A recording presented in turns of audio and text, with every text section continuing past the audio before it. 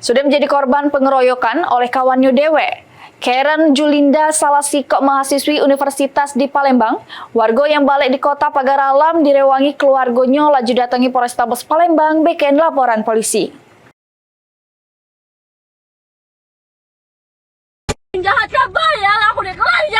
Tidak terima Sudem dikeroyok oleh kawannya dewe inisial SW, TN, ES, Karen Julianda salah sikok mahasiswa universitas yang berada di Palembang, yang balik di kota Pagar Alam dengan direwangi keluarganya laju datangi Polrestabes Palembang bikin laporan polisi. Kejadiannya bermula terlapor yang tidak senang kalau korban nyerita terkait hubungan terlapor sama linjangannya. Terlapor yang dengar cerita tersebut langsung datangi ke kosan korban sama kawan lainnya, sambil marah-marah sama korban karena merasa bersalah korban minta maaf sama terlapor.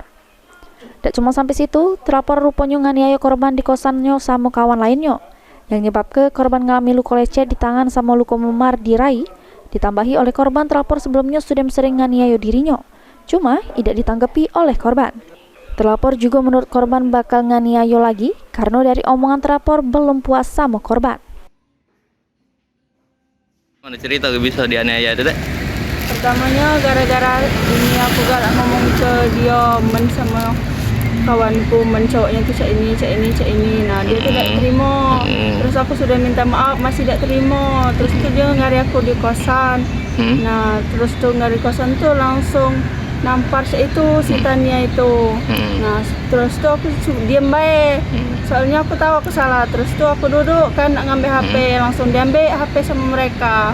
Nah terus tuh langsung diambil sama mereka tuh. Nah langsung ketuknya kepala aku. Nah gosok-gosoknya duduk-duduknya tuh.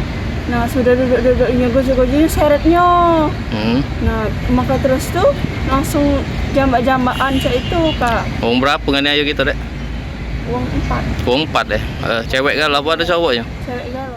Ini laporan korban sudah diterima oleh pihak kepolisian, terus bakal ditindaklanjut oleh Satuan Reserse Kriminal Polrestabes Palembang guna pengembangan.